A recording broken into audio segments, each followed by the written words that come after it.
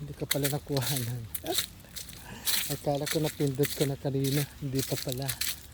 Ayan. Ito, maganda ulit dito kasi nga maraming kahoy sa gilid. Maganda maglakad-lagad.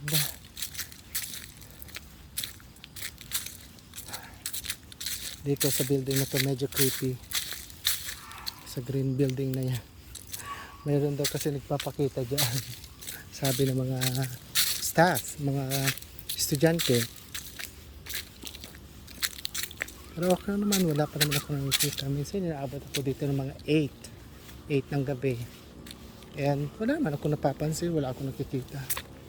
Kaya ganun. Siguro takot magpakita. Diba? Nalaki ng kahoy pa dito. Ito lang siya. Then mag left turn ako dyan. Kasi nga wala akong ayoko na pumunta doon sa dulo.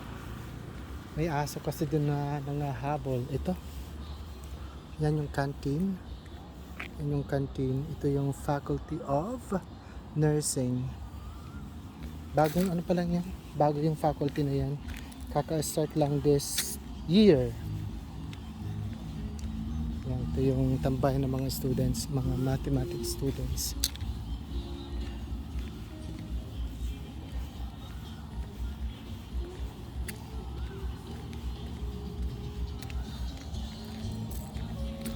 Yan yung canteen.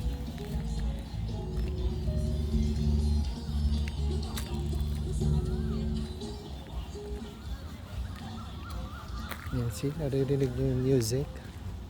Parang Pinas lang din, malakas din mag-music.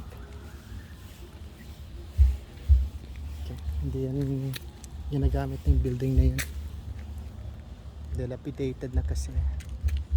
Okay, ito, papasok ulit ako dito. Diba?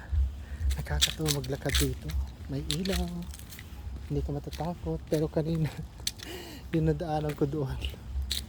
May nakita ako malaking ahas na taiga sa gilid. Kaya natakot ako, nabigla ako eh. Kung okay lang. Ito, may makikita ang nagtatay. Naglabas sila. Ito yung basurahan. Ayos dito. Okay.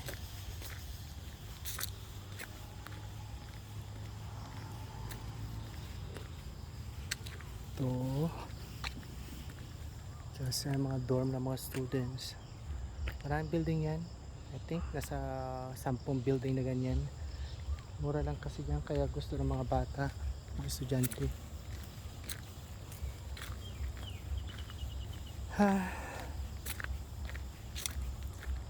Minsan dito sa area na to, since madilim pa dyan, minsan may makikita kang alitap-tap.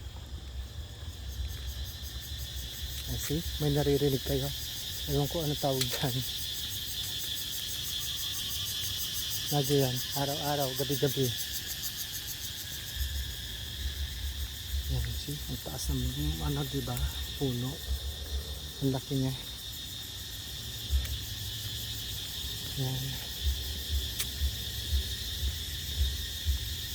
Ito lang. Lakad-lakad lang. Ito, oh, may ano dyan, puno na violet, lavender yung ano, yung kulay.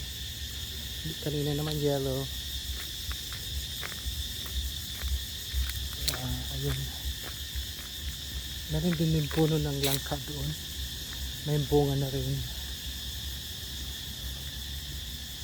Ito siya. See, diba creepy? Medyo nakakatakot. Pero okay man. Sanayan lang yan.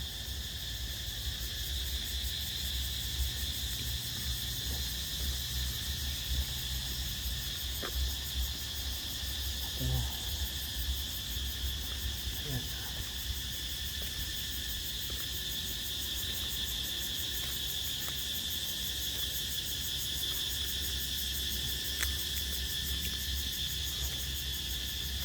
May maliit din dyan na bridge. Diyan ako dumaan kanina.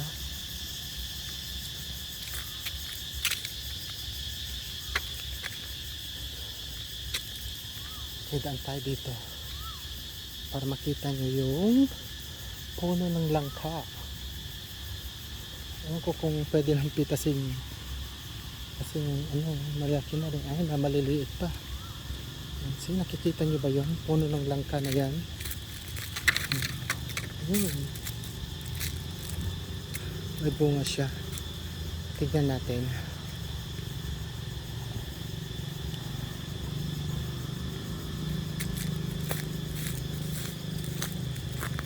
Okay, ito yung langka. Di ba? Ang dami niyang bunga, oh.